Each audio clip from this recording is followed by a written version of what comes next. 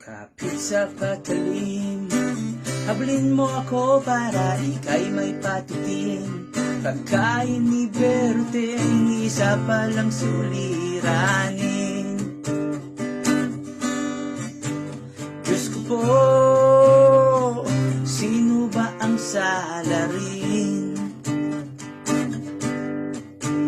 Diyos ko po, sino ba ang salarin? Mundo mo ay hindi ko abot ang hangarin. Kaya pala maraming taong palaging bitin.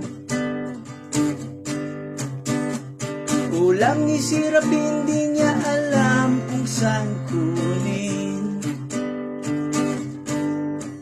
Naliligaw, dumidilim, di na alam kung anong gagawin.